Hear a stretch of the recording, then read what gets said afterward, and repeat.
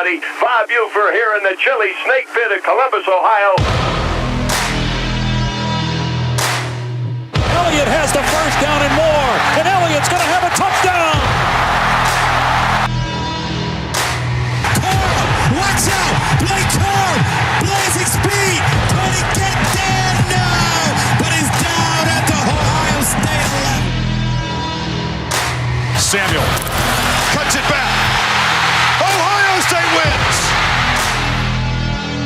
Stroud in trouble, and Stroud is sacked again.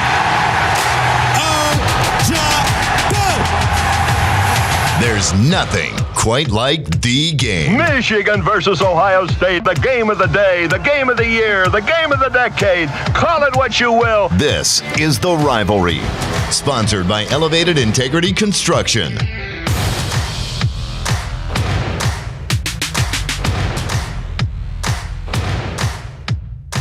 This is the Rivalry Podcast. Jace, JP, your garbage-free sports podcast focused only on the Michigan-Ohio State football rivalry. On Twitter at RivalPod. On Twitter at RivalPod. Make sure that you subscribe wherever you get your podcasts and tell friends that they can watch and enjoy as well. Grateful to our friends at Elevated Integrity Construction for sponsoring the podcast this season. If you're doing a home build, church build, not only do they do the construction side, but they will also do the design element. If you've got a project, go with Integrity. It's elevatedintegrity.com. elevatedintegrity.com. Grateful for their sponsorship of the podcast this season. A lot of football to get to. We're going to start off with wheel route, break the ice a little bit, see where the magic wheel, that super high tech, gets us. We didn't even pay for the version of this that doesn't have ads. It throws random advertisements all the time. High budget item. Stadium you want to visit. Okay, and let's do one that you have not been to before. Okay. I'm a little bit ashamed to say this. I've never been to an Ohio State game, ever in my life. I know. Okay, well, I don't know if that disqualifies me immediately from being on here or not. I've never gone. I've never gone. Okay. Honestly, in my family, it is like me as an Ohio State fan and nobody else. My mom doesn't watch. My brother doesn't. My dad falls asleep on the couch during any game. So are you an adult? Can you make your own decisions? Someone question. Can you make your own decisions? Yes. Okay. Yes. But I don't make wise ones, hence my Rutgers How have I fandom. been to more Ohio State games than you? Boy, I think you need to change that shirt. I got a couple Ohio State ones. Yikes. I've got an extra one. It's got Chris Olave on it. So good. I'm so good. So I've never, Thank you, though. I've never gone. So it's an easy, low-hanging fruit. I'm excited to go to that. I'm actually going to be going to the Wisconsin game this year. There you go. And the Rutgers game because I got to support my boys from Jersey. So I'll be at both of those games. So I'll throw an easy one. Okay.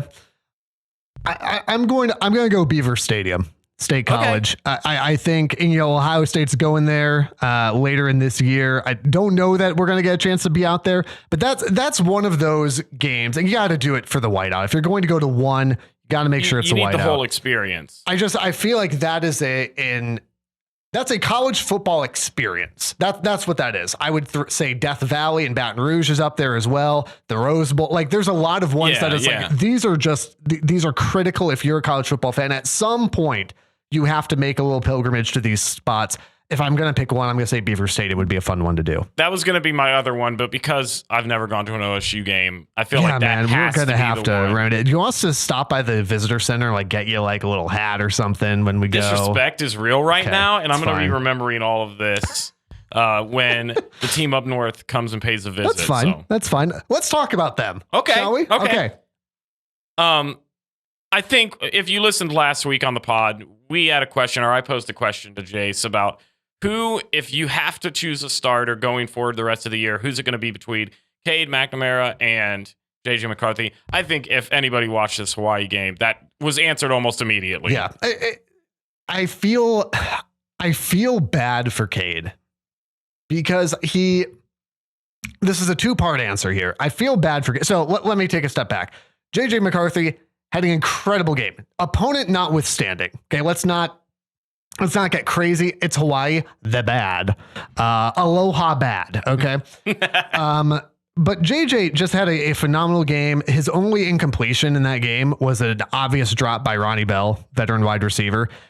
He looked phenomenal. It's just a completely, everything moves faster with him in, and it's that's not a good omen, ladies and gentlemen. That flag just collapsed behind me. That's fine. We'll move on. That's Cade McNamara right now. Fair. A banner year that just kind of collapsed and is hanging on by a thread right now, much like that flag behind me. No, Cade looks like the competition got to him. He looks like a guy He's in his head. He looked like, and I don't know, I can't definitively say that he expected to be handed the job, but even a week removed from saying, hey, I don't think his comments are being taken the right way. I don't think this, I don't think that. He looks like he's in his own head. It looked a little bit, I don't want to say mopey, but he was clearly frustrated. And I want to believe the frustration is with himself. I want to believe it's not with Coach Harbaugh. I want to believe it's not with JJ. I got to believe it's with himself. I am curious to see how he does moving forward, because Harbaugh has essentially said, not only will JJ start against UConn, but based on merit, he's QB1 going forward. Now, if you're Cade, you've got to be mentally tough enough to go, listen, even if you have to go into the coach doubts me, whatever, that's not the best approach, but do what you've got to do, because you are one play away from being the guy again. Mm-hmm. You know what I mean? You're one bad hit away from having to step in and take this team to the next level. You had better be paying attention, be ready, because guess what? Michigan's got a depth at quarterback who, despite Cade's struggles against Hawaii, third string, fourth string guys came in and still moved the ball well. So you better be mentally tough, but I'm excited. I'm excited for what JJ is going to do moving forward. I think you'll see a lot more of the same against UConn. It'll be McCarthy doing a few drives, and then presumably it'll be rotation, just keeping your guys fresh before you start the Big Ten schedule. Yeah, I would agree. I think McCarthy, I mean, it just doesn't surprise me. I saw it last year.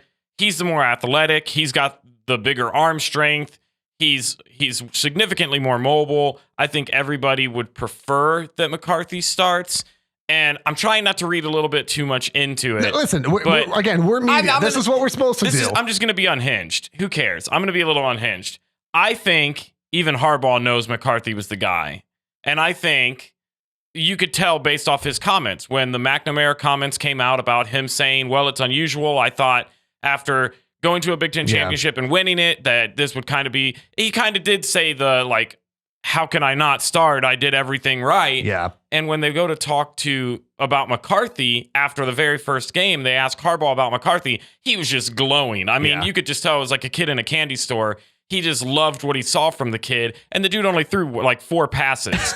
And it's like, you're the guy that did all this stuff last year for you, that's a captain, that is the leader that led you to the Big Ten championship, does all these things, and he's like a little irritated, and the coach didn't really seem to have his back. Yeah. He was glowing after the like younger, more athletic quarterback. But again, you've got to know. And again, if that is genuinely the case, where the comments are being taken well, and Cade thought that it was just his job to lose, I guess. Number one, this is a quarterback controversy at a team that just made the playoff. Like, nothing's handed to you. Number two, you lost the competition. And there's something to be said for, and I saw a couple folks say this before the last couple weeks played out, there is something, as unconventional as it is, to letting it play out in actual games in front of everybody. Not that I think Jim cares what people think. He does not, okay? He's a weird dude. But there's something, at least from the public mindset, to go, we all got to watch the same games. Mm-hmm. There's no question who the guy is. Well, and part of me wonders if it was as close of a competition as Harbaugh seems to have made it seem like it is. That's the other part of this. Why is McNamara barely getting that much playing time against a Hawaii? Granted, I know it was a blowout. I know you don't want to risk injury. When you have quarterback depth, you don't want to throw them in and do that. But, and I mean, I guess the same question with McCarthy in game 1. You go in and he gets 4 passing attempts. It's like, how do you say it's a competition when they're not going to get equal time to kind of prove themselves? Yeah, but between the 2 weeks they did, and those teams are both really bad. And frankly, they're going to get, even if JJ's the guy, you're going to get another shot at that during the UConn game. Cade could come out and be lights out in the UConn game and make this real interesting, but I just don't think he's got enough in the tank. My buddy Dylan, I believe he's at Delaware Gazette. He had said he wonders why Jim didn't just declare JJ outright to start the season, because clearly the whole thing was in camp. It was really tight. It was neck and neck. It's hard. It is admittedly, it's hard to go. Yeah. Unless real competition just really made it that much more clear. There is a difference between practice. We're talking about practice, man.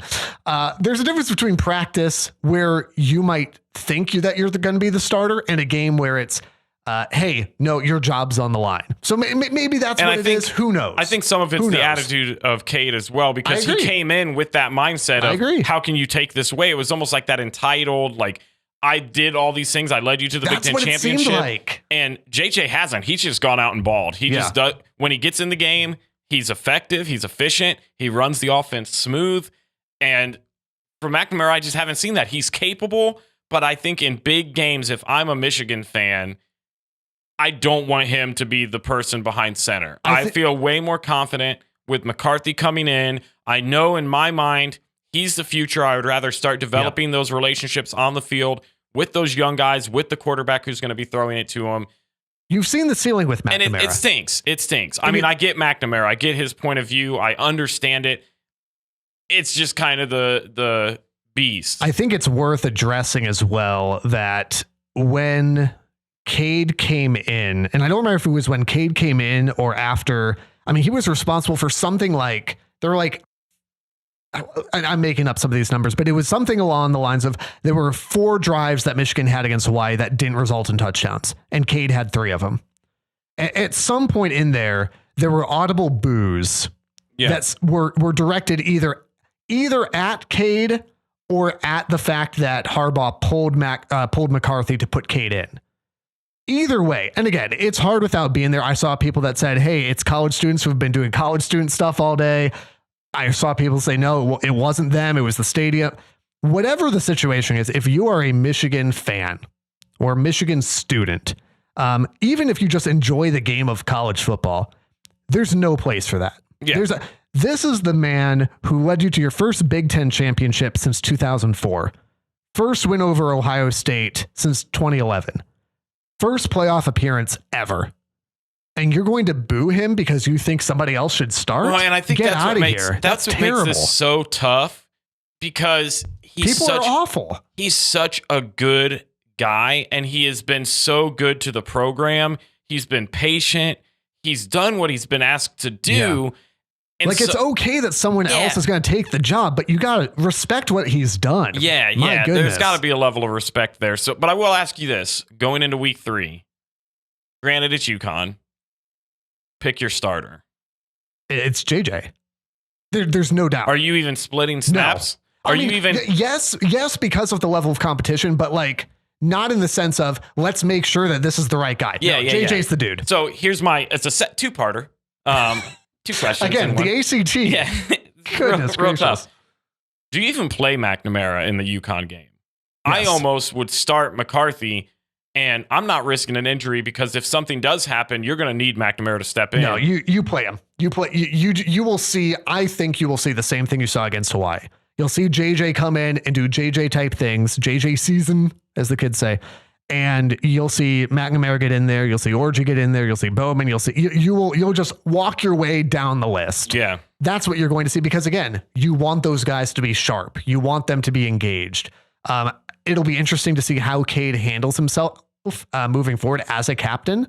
But yeah, JJ's the guy. One other interesting depth chart note here before we move on to Ohio State is that Donovan Edwards did sustain a little bit of an injury during that Hawaii game, which is what I said explicitly, Donovan, not to let that happen.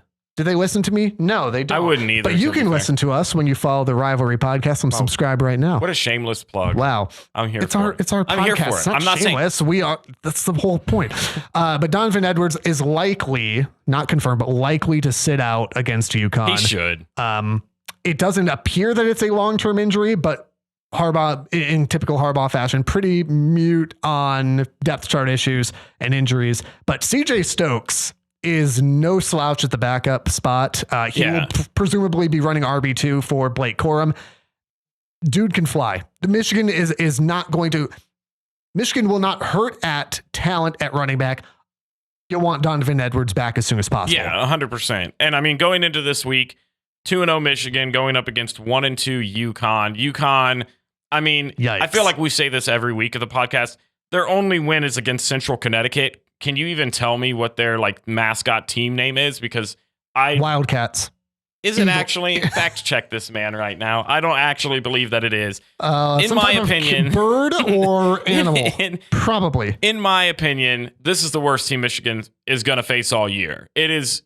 You think you've seen blowouts? This is going to be. They could start a whole new quarterback in every single quarter and still win by 40. I think that'd be fun. And so I would be stunned if it was even moderately Hit me with close. your prediction. My prediction, I mean, Michigan's 46-point favorites. I think that tells you all you need to know. I've got Michigan 63-7.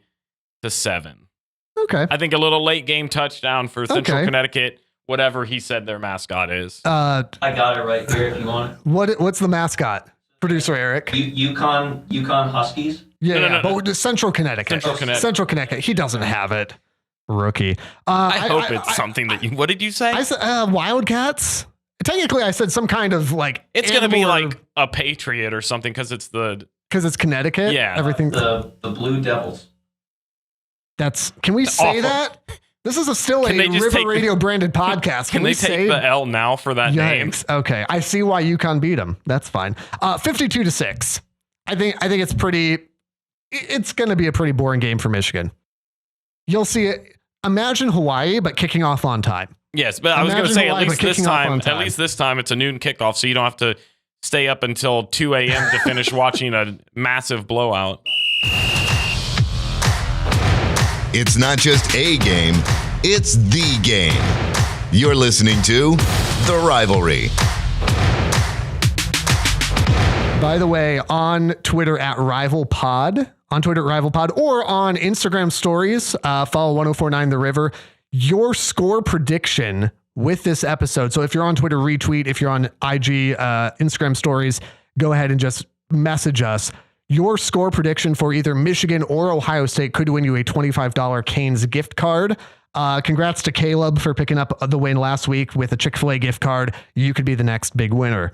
Okay, JP, let's move on to Ohio State and Arkansas State, which is a team that definitely exists and was not just made up for this game. Sounds like a Central Connecticut. Was this Bishop Sycamore? Because it kind of seemed like it. I mean, I would say they played like it, but they at least had some talent to score. So. Let's start with maybe the most controversial thing. Defense did not look locked in. No, what in the world is going on? It's weird to say that when you blew out a team, right? Yeah, but it's 100% true. I said it on our Twitter account, so you should definitely follow at RivalPod. There it is. But Fleming's for Arkansas State, Ohio State just didn't have an answer. Granted, he's the only person Arkansas State had that could do anything. The Red Wolves just had nobody else to help. But that dude was just balling. I mean, running the game, running the ball, catching passes. He was doing everything for him. And there were drives where I'm just like, man, Ohio State is just not as locked in. And I am a little nervous now. And I'm not saying Arkansas State made me nervous. I think it's the happenings of the week. You watch Marshall go in and beat Notre Dame. Now I'm questioning, okay, was Notre Dame actually a solid win? At the time, I thought their defense looked good. The offense is what I expected. But Ohio State's defense impressed me. And then going into this, I'm coming out of it, and I'm just not as convinced. It was sloppy. It was a sloppy game. And to circle back to the Notre Dame thing, this is what I tried to say last week that I feel like, thank you, Marshall, for proving me right. The whole number 5 team in the country thing that, again, Ryan Day kind of touted. If I can stop hearing about how quality a win Notre Dame was, that'd be great. Notre Dame is unranked this week.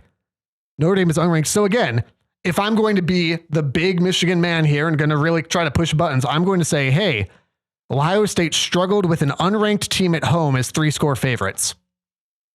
And I want to see something from Ohio State by the time they hit the meat of the schedule. So again, it probably is not this week with Toledo, but it's probably by the time you get to Wisconsin. I want to see something before I go, man, we know the offense is good. Man, the defense has really changed. I don't know that that's true yet. Yeah, I wouldn't say I'm convinced either.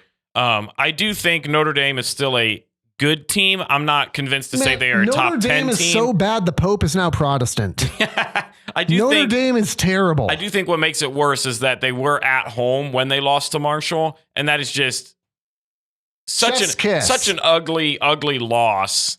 And And so I'm with you. Ohio State has to have a prove it to me game where defensively they just dominate. I mean, just completely knock the wind out of the sails of their opponent and make it just convince me. That's Jim Knowles convinced me that I should buy into this, because right now, are they a little bit above average? I would say yes, but I'm not ready to say, man, this defense is elite in a close game, even honestly against tough competition where you have Michigan with Blake Corum. I'm not convinced that we're going to be able to stop that. What is it? And again, it feels silly to talk about this far out. It's the rivalry podcast. Like, this is what we do. But every single week you start to, at least this is how my mind works. Every single week I go, was that enough to beat Ohio State? What did Ohio State show me here week?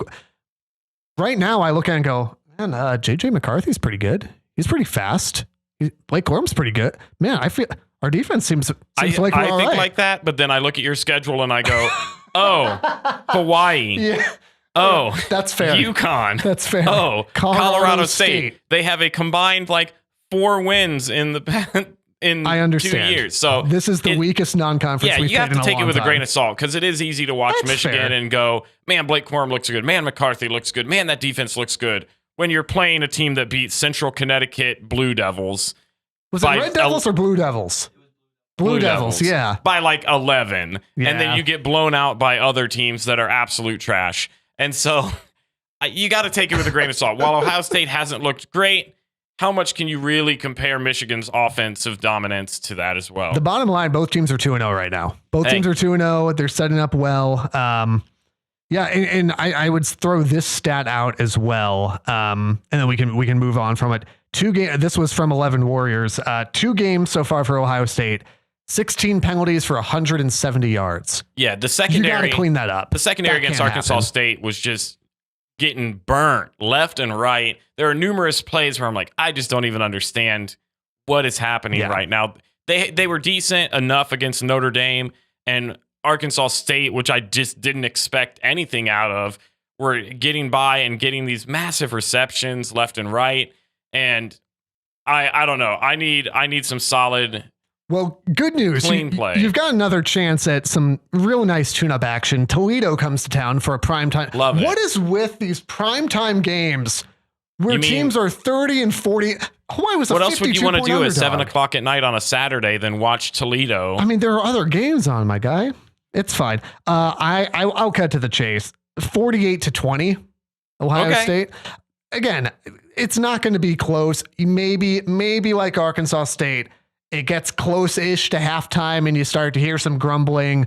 Ohio State's a far, far better team. Toledo might score a few points here and there, but they're better than Arkansas State.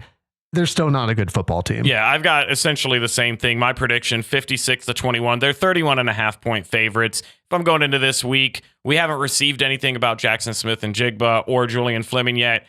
Just let them sit the bench again. This is a week they can take off and get for sure to 100%. There's no need. I will say this. If they're healthy enough to go without risk, you're always going to have a risk of injury. If it's a minor risk, I think you play them because you don't want them coming in cold for the opening of Big Ten play. True. Other than that, not that I think that Njigba needs to get warmed up terribly. You know what I mean, though? Maybe Fleming. I would rather, if I have Julian Fleming, if he can go, I think that's a guy you want to go. Yeah, I would agree with that. Yeah, that's fair. I can't believe this segment is still important. Is this? I don't know this chant. Please stop. Rutgers to the Rose Bowl still has an opportunity to happen somehow because you beat Boston College. You beat Wagner. Hey, whatever that is. The Seahawks. Are you just making stuff up now too? No, that is a legitimate thing. Are they also the Blue Devils? And get this, Rutgers are 17.5-point favorites against Temple. Hey, last year we beat Temple 63-10, and Jason and I were talking a little bit before the podcast. The game after is against Iowa, and before the season, both of us were talking, and we thought, man, that's not a winnable game for Rutgers. Yikes. Mind has changed now. Yikes, Iowa. Rutgers has a chance to come into Ohio Stadium undefeated. And guess who's going to be there? Let's slow down. This guy. Let's slow down. How about we get through Temple first? I can't. And then Iowa. I can't. And then we worry about losing to Ohio State by 30. Rutgers, the Rose Bowl % chance that happens. This is not how numbers work, but here we are. It absolutely is. Well, according to, I've done the calculations. I've put everything into the computer. I've talked to my math friends. The record shows 2-0. Strong chance at 3-0. So the chance has not wavered, much like my faith in Shiano and them boys from Jersey and Piscataway. Rutgers Scarlet Knights, 100% chance. That was good. Good. Right up until the execution, you had it. 100% the most chance. Rutgers thing imaginable. It's like, yeah, oh no. Blowout to Temple. All right. To finish out here, upset pick of the week. We both have one. But before we do that, I went bold on Rival Pod on Twitter. And I said, hey, so dumb. There's this team called Appalachian State. How have you heard of them? Doesn't matter. They are going to play in College Station at Texas A&M. They're 18.5-point dogs. And I said, App State will win this game. And it pained me because it was 15 years ago, but I said, trust me as a Michigan fan. 15 years ago? Trust me as a Michigan fan, I know a little something about Appalachian State upsets. And I was mocked. You were. By you. Appalachian State 17, Texas A&M 14. I just have one question. How? What feeling? Was it just a feeling or was it a actual? Listen, because Texas A&M and Texas are both very Michigan-like up until last year. Last year's the exception, where there's hype, big game. Oh no. Texas A&M being there. See, that's much like Texas much A&M. like that. Much like Texas A&M's hopes and dreams right there. We're just going to not put that flag up anymore. Yeah, I just thought A&M was overrated. I think App State's a good football team. It happened. So maybe take this with a little bit more seriousness when I tell you this. Look, I will not doubt. Here's my, well, wait till you hear it because my upset pick is Nebraska over Oklahoma as 13.5-point underdogs without a head coach. This is just... Scott Frost was fired, by the way, in case you're not familiar. I'm too nervous to make jokes about you because of last time, but I'm still probably going to do it. Listen. How? Why? Scott Frost, because they're the Have you seen them? Scott Frost did not, in fact, have the juice. It has the juice. He's gone. Nebraska, they lost a one-score game. They were 3-touchdown favorites, but they lost a 1-score game. Have you watched Nebraska? I just don't think Oklahoma's that good. That's really what it comes down to. Is Oklahoma beat Kent State? I think it was like 6-3 at the half, something like that. I think Nebraska, here's what happens sometimes. Sometimes when you get a team like Nebraska, where you just cut your coach loose and it's a little bit open-ended, sometimes the players tend to bond that much stronger and go, nobody believes in us. Let's go do this. It's at home in Lincoln. Oklahoma's an old rival. I think the ingredients are there. There's just absolutely no chance that happens. There's not even... When it happens, we're going to go back and replay this. I'm going to demand an apology for being right twice in a row. I will publicly apologize on this podcast if next week we get in here to record and Oklahoma has a loss from a unbelievably bad Nebraska. Go Husks. Huskers. I couldn't imagine a more beautiful thing. Shuck them corn. I don't know. What's your upset pick of the week? Mine's reasonable and probably going to happen. Okay. I have two, so I'm going to kind of cheat. Washington over Michigan State. Love that. Something both sides of the rivalry can get behind. I think Washington is going to go in there. I feel like every single year Michigan State has some game where they just completely flop. Washington's a 1-point favorite right now. And Washington's not a bad squad. So I've got Washington over Michigan State. And then I've got Texas Tech over number 16 NC State. Just something about it. I have no logical reasoning, which is most of my picks ever. I just have a gut feeling. Okay. Michigan State are not underdogs, so that's are 1-point underdogs, so that's not an upset if they lose. So there's that. The line is an upset is an upset. It's not, hey, the line's basically even. Is Washington a ranked team? No. Is Michigan State number 11? Yes. Subscribe wherever you get your podcasts. Follow us on at Rival Pod. Make sure you retweet this episode. You could win a Canes gift card. Enjoy the games. The Rivalry is a production of River Radio Ministries. Want live updates from the show? Follow us on Twitter at RivalPod for live tweets, score predictions, contests, and more. And make sure to follow us wherever you're listening now for new episodes every Wednesday. And if you like what you're hearing, tell a friend so they can listen too.